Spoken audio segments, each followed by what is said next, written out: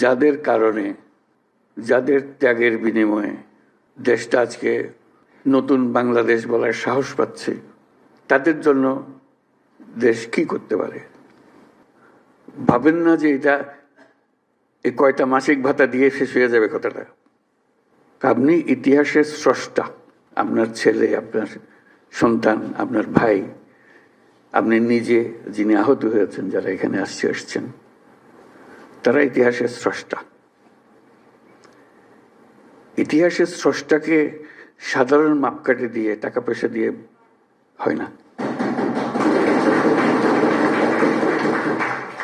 যে জাতি ইতিহাসকে স্মরণ করতে পারে না, সে জাতির ভবিষ্যৎ নেই। আপনারা হলেন সেই জ্বলন্ত জীবন্ত ইতিহাস। কাজে জাতির পক্ষ থেকে আজকে আবার সুযোগ পেয়েছে শুধু এই স্বীকৃতিটা সবার পক্ষ থেকে আপনাদের কৃতজ্ঞতা জানানো। এটা মনের বিষয়, এটা কোনো টাকা পয়সার, কোনো প্রাতিষ্ঠানিক কোনো বিষয়ের বিষয় না। মনের থেকে এটা হতে থাকবে যদি আমরা যে বাংলাদেশ, নতুন বাংলাদেশ হিসেবে তৈরি করলাম, সেটা সেভাবে রাখতে পারে। আপনারা এনে দিয়েছেন, আমরা রাখতে পারবো কি? সেটা তো একটা প্রশ্ন। এটা হেলায় ফেলে দিলে হবে না। মনে করছে এনে দিয়েছেন, এটা হয়ে গেছে, হয়ে যায় নাই। এটা পথে উঠিয়ে দিয়েছেন, কিন্তু পথের থেকে পড়েও যেতে পারে। কাজে সেটাতে আমাদের সার্বক্ষণিক সাবধান থাকতে হবে, আপনাদের নজর রাখতে হবে। আমরা এনে দিলাম, খবরদার এটাকে নষ্ট করে ফেলো না। আমরা আছি। কাজে সেই দায়িত্ব সবাই মিলে আমাদেরকে গ্রহণ করতে হবে। আজকে যে মনের ক্ষোভ প্রকাশ করলো আপনারা আপনাদের সন্তানদের জন্য, ভাইদের জন্য যারা প্রাণ হারিয়েছে, তাদের কথা স্মরণ করে আবার সবাইকে নিয়ে আমরা চোখের পানি ফেললাম। তারপর আবার স্বাভাবিক হয়ে যাবে। শোক তো আর বেশি দিন থাকে না। শোকের পরিবর্তে কি আসবে আমাদের কাছে, সেটা আমরা চেষ্টা করে যাচ্ছি সরকারের পক্ষ থেকে। এখানে দুটো বিষয়, একটা হলো প্রাতিষ্ঠানিক বিষয়, প্রাতিষ্ঠানিকভাবে কি আয়োজন, আরটা হলো যে ব্যক্তিগতভাবে কি আয়োজন। ব্যক্তির সঙ্গে কি আয়োজন, কিভাবে আমরা সংযোগগুলো স্থাপন করে দিয়ে যাব, সেটা করা। আজকে তো গুরুত্বপূর্ণ দিন প্রাতিষ্ঠানিক দিক থেকে, যদিও আমাদের ক্ষোভের কথা বলতে গিয়ে হয়তো এটা আমরা হারিয়ে ফেলেছি। খুবই গুরুত্বপূর্ণ দিন আজকে, এই জন্য যে প্রাতিষ্ঠানিকভাবে আপনারা সরকারের অংশ হয়ে গেলেন। এই যে মুক্তিযুদ্ধ মন্ত্রণালয়ের কারণে মুক্তিযোদ্ধারা তারা এক জায়গাতে সরকারের অংশ হয়ে গেছে, এটা কেউ বুঝতে পারবে না। আপনারা আজকে এই মন্ত্রণালয়ের অংশ হয়ে গেলেন। এটা জুলাই স্মৃতি পরিদপ্তর সৃষ্টি হয়েছে, যেটা আপনি যাই করেন না কেন সরকারের কাঠামোর ভেতরে ঢুকে গেছে। যত কথা বলার, যত দাবি দাওয়া করার, সরকারের ভেতরে রাষ্ট্রের পক্ষ থেকে একটা আয়োজন আপনাদের জন্য করে দেওয়া হয়েছে। এটা মস্ত বড় খবর। সরকারে ঢুকে যেতে পারা, এটা যে যত কিছুই করি বুঝতে পারে না। সরকার বড় কঠিন জিনিস, তার সঙ্গে বোঝাপড়া করা বড় কঠিন। অনেক সময় বহু কষ্ট করে কিছু করা যায় না, কিন্তু একবার ঢুকে যেতে পারলে তারা বাইর করতে পারে না। আপনারা সেখানে গেছেন। মুক্তিযোদ্ধারা অত ভাগ্যবান ছিল না, বহু বছর লেগেছে। তারপরে তাদের আস্তে আস্তে আস্তে আস্তে এইটা দিছে তো ওইটা দেয় না, এটা দিছে তো, মন্ত্রণালয় করতে করতে বহু বছর চলে গেছে। কাজে আমরা খুশি অন্তত এটুকু করতে পেরেছি, অর্থাৎ প্রাতিষ্ঠানিক আয়োজনটা করতে পেরেছি। প্রাতিষ্ঠানিক আয়োজনের মাধ্যমে আপনাদের সব দুঃখ মিশতে পারে, নাও মিশতে পারে, কিন্তু এই খাপটা থাকার কারণে একটা জায়গা পাওয়া গেল। আশ্রয় পাওয়া গেল যে এখানে আমাদের বক্তব্য শুনতে হবে, তাদের দায়িত্ব, এটা রাষ্ট্রের পক্ষ থেকে দায়িত্ব। তার একজন উপদেষ্টা থাকবে, আছে উপদেষ্টা আছে, তার সচিবালয় আছে, সবকিছু আছে। কাজে এটা বললাম যে এটা গুরুত্বপূর্ণ। তারা এক্ষুনি কি করলো সেটা হয়তো খুশিরও খবর হইতে পারে, খুশির খবর নাও হইতে পারে, কিন্তু এখানে শেষ হচ্ছে না। এটা বরাবরই চলতে থাকবে, বরাবরই চলতে থাকবে, এবং সুযোগ থাকবে দাবি করার। আপনাদের এটা এখনো করা হয়নি, এটা উবে যাবে না, চলে যাবে না, অদৃশ্য হয়ে যাবে না, সবসময় দৃশ্যমান থাকবে। তাকে একটা খতিয়ান নিয়ে আসতে হবে, সবসময় সামনে হাজির করতে হবে। কাজে সেটা উপলক্ষে আমরা আজকে আসলাম, বসলাম সবার সঙ্গে। দুঃখের সীমা নাই এবং সেটা এখনই সমাপ্ত হবে না। আমরা কিভাবে ধাপে ধাপে করতে পারবো সেটাই হলো বিষয়। তবে রাষ্ট্র আনুষ্ঠানিকভাবে, আমি শব্দটার উপরে জোর দিচ্ছি, আনুষ্ঠানিকভাবে, প্রাতিষ্ঠানিকভাবে আপনাদের দায়িত্ব গ্রহণ করলো। একদিন সেই দায়িত্ব গ্রহণ করে নাই, আমরা মুখে মুখে কথাবার্তা বলতেছিলাম, ব্যক্তি হিসেবে কথা বলতেছিলাম, আজকে সেটা গ্রহণ করলো। কাজেই সেটার থেকে আমরা ধাপে ধাপে কিভাবে আসব সেটা ঠিক করা। কদ্দূর এলাম, কদ্দূর যেতে হবে, এই কথাটা। কাজে এই আলোচনা আমাদের এই ভালো হলো, সবার সঙ্গে আজকে দেখা হলো। এটা নিয়ে একটা বিষয় ক্ষোভের মধ্যে আসে যায়, দুঃখের মধ্যে, শোকের মধ্যে এসে যায়। আমরা আর আপনারা, এই দুটো শব্দ, আমরা এবং আপনারা, এই দুভাবে যদি আমরা কথা বলি, এটা ভবিষ্যতের জন্য ভালো হবে না। আমরা এক, আমরাও আপনাদের কারণে, আপনাদের যে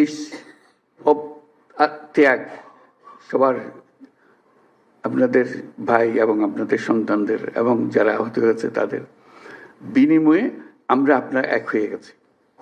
আমরা সেই উপলক্ষে এসেছি। তা না হলে আজকে আপনার আমার সাক্ষাৎ হওয়ার কোনো কারণ ছিল না।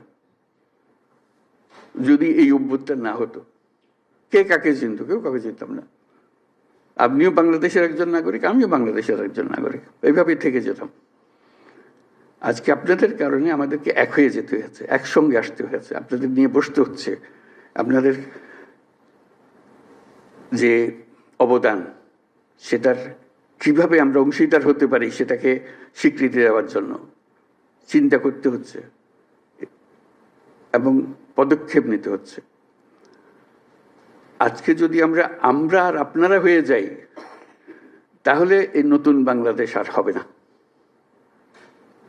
বিভেদ হয়ে গেল। এই বিভাজনটা ভালো না। কারণ তোমরা বলার সময় বলেছো যে আমাদের এখানে স্বৈরাচারী সরকারের লোক বসে আছে, আমাকে এই করছে। তারা চলে যায় নাই।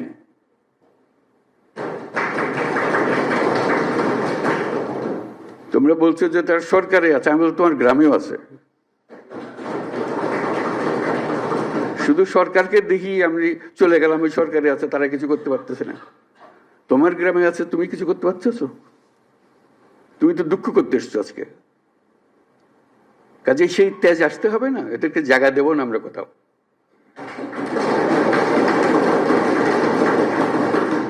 আমাকে তার ভয়ে আমার গ্রামে পথ চলতে হবে, এই বাংলাদেশ করলাম আমরা? এই বাংলাদেশটা আমরা করি নাই। সে তার সমস্ত স্বভাব পরিবর্তন করে আমাদের সবার সঙ্গে মিশে যাবে, এটা হবে। কিন্তু তার স্বভাবে সে চলতে থাকবে আমার সামনে দিয়ে, আর আমি বলবো আমি নতুন বাংলাদেশ করে ফেলেছি। হলো না।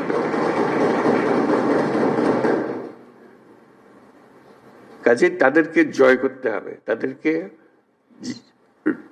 সোজা রাস্তায় আনতে হবে, যে এইভাবে চলো, দেশ চলতে হলে এইভাবে করতে হবে। মারপিট করে এটা হবে না। যদি বল তার সে আমারে পিটবে, আমি পিটবো, এটা এই পিটাপিটির শেষ কোনোদিন হবে না। তাদেরকে বোঝাতে হবে তোমাদের রাস্তা ভুল, যা করেছো মাপ চাও। তোমরা বিচারের কথা বলেছো অনেক সময়, বিচার তো হবে, বিচারের কাজ সরকারের দায়িত্ব বিচার করা। এবং তোমরা তাৎক্ষণিক বিচার চেয়েছো, এখানে অনেকে তাৎক্ষণিক এক্ষুনি বিচার চাই। বিচারের মুশকিল হলো যে তাৎক্ষণিক হয় না এই জিনিস, কারণ তাৎক্ষণিক হতে হলে অবিচার হয়ে যায়। বিচারের মূল জিনিসটা হলো এটা সুবিচার হতে হবে।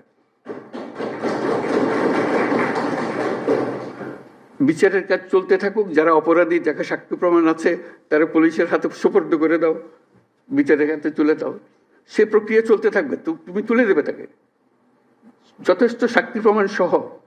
অবিচার যেন না হয়। আমরা অবিচারের বিরুদ্ধে দাঁড়িয়েছিলাম বলেই আজকে এই সংগ্রাম হয়েছে, এই আত্মত্যাগ হয়েছে। আর আমরা যদি অবিচারে নেমে যাই তাহলে তাদের আর আমাদের তফাৎ হলো কি? আমরা অবিচারে নামবো না। আমরা যাদের অপরাধী তাদেরকে পুলিশের হাতে, আইনের হাতে সুপর্দ করব, আর যারা অপরাধী নয়, যে পুলিশের হাতে দেওয়ার মতো নাই, তাদেরকে মানুষ করব যে ভাই এই দেশ আমরা একসঙ্গে করি, যে এই দেশের স্বপ্ন আমরা দেখতেছি, তোমরাই স্বপ্ন দেখে, তো এই দেশ আমার একার না, তোমারও এই দেশ। তোমাকে আমরা দেশ থেকে বাইর করার কথা বলতেছি না। তুমি এই দেশের সন্তান, আমি এই দেশের সন্তান।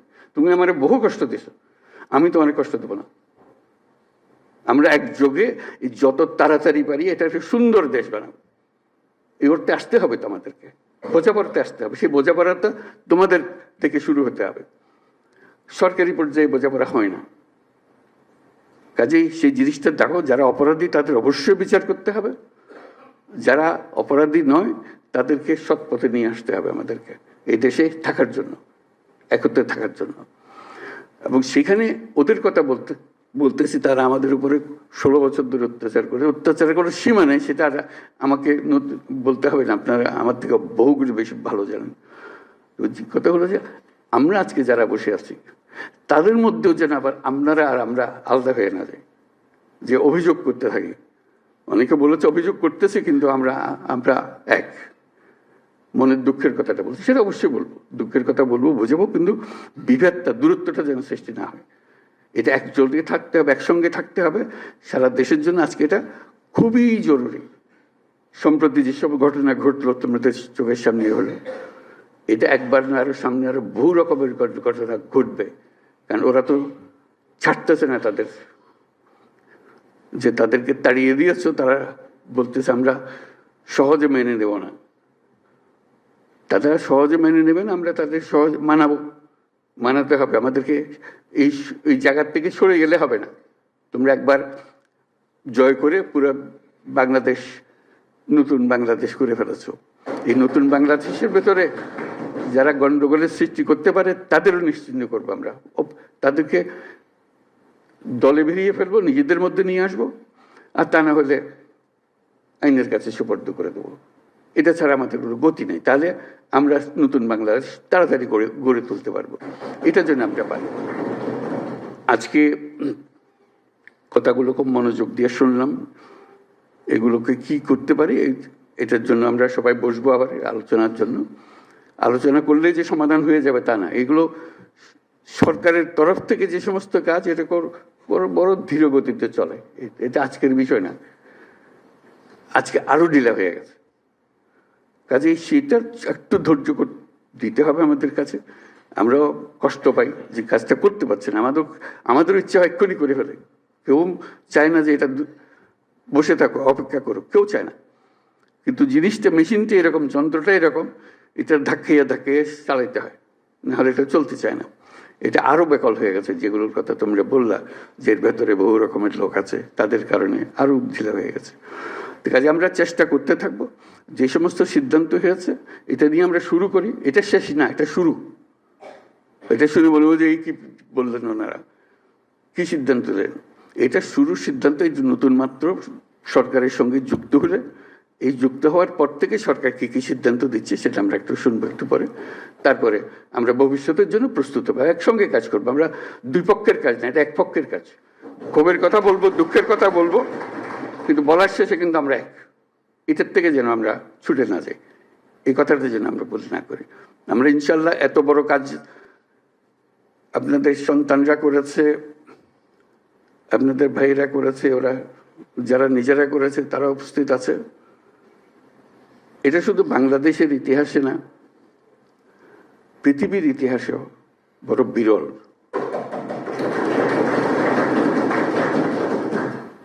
কাজে এত বড় কাজ যারা করলো, যাদের হাত দিয়ে এটা ঘটলো, তাদেরকে এত সহজে বিদায় দেওয়া যাবে না। তাদেরকে স্বীকৃতি দেওয়ার জন্য যত রাস্তা আছে সব রাস্তা দিয়ে আমরা অগ্রসর হতে হবে। এবং আমরা ইনশাল্লাহ করবো। আমরা কথা দিলাম, সেটা আমরা করব।